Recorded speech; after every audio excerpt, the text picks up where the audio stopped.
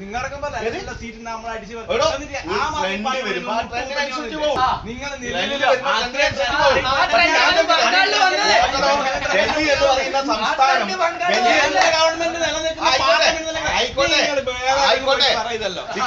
ഡൽഹി എന്ന് പറയുന്ന സംസ്ഥാനത്ത് കേന്ദ്രഭരണ പ്രദേശത്ത് ഇന്ത്യൻ പാർലമെന്റിൽ പ്രതിനിധീകരിക്കുന്ന 7 MP നമ്മളതാ. ആയിക്കോട്ടെ, 7 MP നമ്മളതാ. ആയിക്കോട്ടെ, ഭരണം എന്നുള്ളത് ജനങ്ങൾ തീരുമാനിക്കും. ജനാധിപത്യ രാഷ്ട്രത്തിൽ ബംഗാളിൽ നിങ്ങൾക്ക് പൊടി തൊടാൻ കഴിയില്ല. കാരണം എന്തുകൊണ്ട് നിങ്ങൾ അത്രയേറെ ക്രൂരത. നിങ്ങൾക്ക് ഇപ്പം ഒരു കാര്യം, നിങ്ങളെ സിദ്ധം എന്ന് അറിയാം, നിങ്ങളെ സൈദ്ധാന്തികമായ സിദ്ധം നിങ്ങൾ അടിമകളാക്കല. ആരെ അടിമകളാക്കി? നിങ്ങളെ പാർട്ടി പ്രവർത്തകന്മാർക്ക് പറയാൻ പറ്റുമോ? നിങ്ങളാണ് വലിയ വികസനം പറയുന്നത്. ആടെ റിക്ഷ എടുത്ത് ജീവിക്കുന്ന അത്ര ജനങ്ങളുണ്ട്.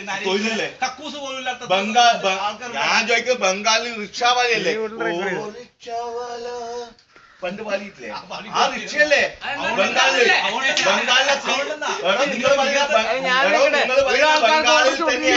കൽക്കത്ത എന്ന് പറയുന്ന പട്ടണത്തിന് ഭാരത സ്ത്രീകളുടെ മാത്രം വിറ്റ് ജീവിക്കുന്ന ഒരു സംസ്ഥാനം ഉണ്ടെങ്കിൽ ഈ കൽക്കത്തയാണ്. ഗുജറാത്തിൽ മോഡിന്റെ നേതൃത്വത്തിൽ ഗർഭിണികളെ വയറ്റ് കുത്തിയിട്ട് ശൂലത്തിന് എടുത്തിട്ടുള്ള ഇന്ത്യ പ്രധാനമന്ത്രി ആയല്ലോ. ഈ പറയുന്ന യേച്ചൂരിക്ക് വോട്ട് ചെയ്യാൻ പറ്റുന്നില്ല. ഈ പറയുന്ന മുൻ സെക്രട്ടറി പ്രകാശ് കാരാട്ടിന് വോട്ട് ചെയ്യാൻ പറ്റുന്നില്ല. അതിന് മുമ്പേ ഉള്ള ഹർകിഷൻ സിംഗ് സുർജിത്തിന് വോട്ട് ചെയ്യാൻ പറ്റുന്നില്ല. നിങ്ങൾ ഏത് നേതാവിനാ ഡൽഹിയിൽ വോട്ട് ചെയ്യാൻ പറ്റി? ആർക്കാ വോട്ട് ചെയ്യുന്നത്? അയ്യോ എന്തെന്ന് നിങ്ങൾ ജോഷി അടിസ്ഥാനപരമായിട്ട് പറയണം. പത്രം വായിക്കുക. അതിൽ അടിസ്ഥാനം ഞങ്ങൾ നരേന്ദ്രമോദി ഗവൺമെന്റ്, ആ ഗവൺമെന്റ് എന്ന് പറയുന്നത് ഈ രാജ്യത്തിന്റെ ഗവൺമെന്റ് ആണ്, എന്റെ ഗവൺമെന്റ് ആണ്, ഈ നിൽക്കുന്ന എല്ലാവരും ഗവൺമെന്റ്. നിങ്ങൾ ഈ പശുവിനെ കൊല്ലാൻ പാടുള്ള മറ്റേ ചക്കാതേക്കാൻ മത്സ്യകന്യകല്ലേ? വിഷ്ണുവിന്റെ മഹാവിഷ്ണുവിന്റെ മയിലല്ല ഈ മറ്റേ മത്സ്യകന്യക. സംസ്കാര ശൂന്യമായി സംസാരിക്കരുത്.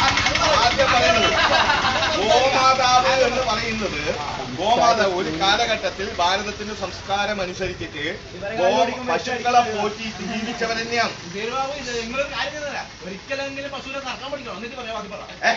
കറക്കേണ്ട ആവശ്യമില്ല. ഗോമാതാവിനെ കറക്കാൻ. ഗോമാതാവ് നിങ്ങൾക്ക് ചാണകം തരുന്നത്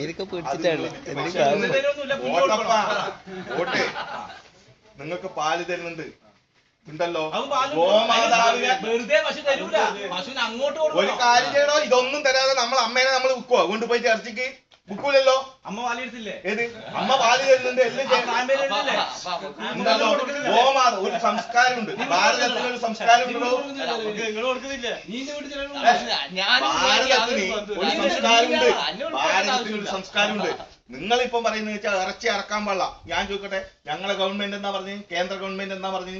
നരേന്ദ്രമോദിയുടെ നേതൃത്വത്തിലുള്ള നിങ്ങളെ സംസ്ഥാനം, ഞങ്ങളെ നയം പശുക്കളെ അറക്കരുത്. പശുക്കൾ എന്ന് പറയുന്നത് ഇത് പ്രസവിക്കാൻ ശക്തിയുള്ളവരാണ്. കുട്ടന്മാരെ ഇറക്കാൻ പാടില്ല എന്നൊന്നും പറ്റില്ല. പശുക്കളെ ഇറക്കരുത്. ഈ പശുക്കളെ ഇറക്കാൻ പാടില്ല എന്ന് പറഞ്ഞതിന്റെ പ്രധാന ഘടകം എന്ന് വെച്ചാല് ഭാരതത്തിന്റെ സംസ്കൃതിക്ക് അനുസരിച്ചിട്ടാണ്. നിങ്ങൾ മനസ്സിലാക്കണം. നമ്മൾ പറയുന്നത് ഏതൊരു സംസ്ഥാനത്തിന് ഏതാണോ തീരുമാനിക്കാൻ പറ്റുന്നത് നിങ്ങൾ തീരുമാനിച്ചോ. ഞങ്ങൾ കേരളത്തിൽ, ഞങ്ങൾ ഓൾ ഇന്ത്യ ലെവലിൽ നിങ്ങൾ ചോദിക്കട്ടെ, ഓൾ ഇന്ത്യ ലെവലിൽ ഞങ്ങൾ നിരോധിച്ചില്ല. ഇത് പറയുമ്പോൾ സുരേന്ദ്രൻ ബീഫ് കഴിക്കുന്നുണ്ട് ഹരി ഹോട്ടലിൽ നിന്ന്. കഴിച്ചോട്ടെ. ഇത് ഞാൻ ചോദിക്കട്ടെ, നമ്മളിപ്പോ ഫിലിപ്പീൻസ് എത്തിക്കഴിഞ്ഞു കഴിഞ്ഞാൽ നമുക്ക് നായിന്റെ ഇറച്ചി അത് കിട്ടുക.